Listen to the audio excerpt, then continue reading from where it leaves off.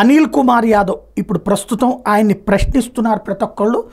ఏమని అంటే ఎలక్షన్స్ అప్పుడు తను చేసినటువంటి ప్రసంగానికి సంబంధించినటువంటి అంశాన్ని హైలైట్ చేస్తూ గుర్తు చేస్తున్నారు. ఏదైతే పల్నాడు గడ్డ మీద నుంచి అంటూ చేసిన ప్రసంగం ఒకసారి విందాం.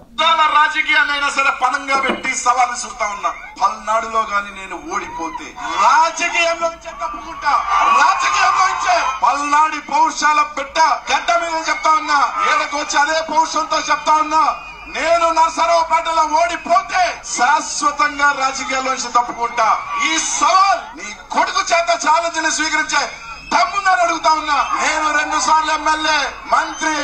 నీ కొడుకు ఒక్కసారి కూడా ఎమ్మెల్యే కాదు.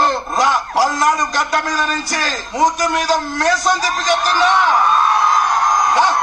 నీకు చిత్తూరు పౌరుషం ఉంటే, రాయలసీమ పౌరుషం ఉంటే స్వీకరించు. నువ్వు కాకపోతే నీ కొడుకు చేత స్వీకరించు. నీకు నిజంగా రాయలసీమ పౌరుషం ఉంటే నీ రక్తంలో అనిల్ కుమార్ యాదవ్ ఇచ్చిన ఛాలెంజ్ ని స్వీకరించు. ఇది ఆనాడు ఇచ్చినటువంటి స్టేట్మెంట్. ఏదైతే పల్నాడు గడ్డ మీద నుంచి చెప్తున్నా నేను ఓడిపోతే రాజకీయ సన్యాసం తీసుకుంటాను అన్నటువంటి ప్రసంగాన్ని గుర్తు చేస్తూ ఎప్పుడు రాజకీయ సన్యాసం తీసుకుంటామని నిలదీస్తున్నారు తెలుగుదేశం జనసేనకు సంబంధించినటువంటి కార్యకర్తలు.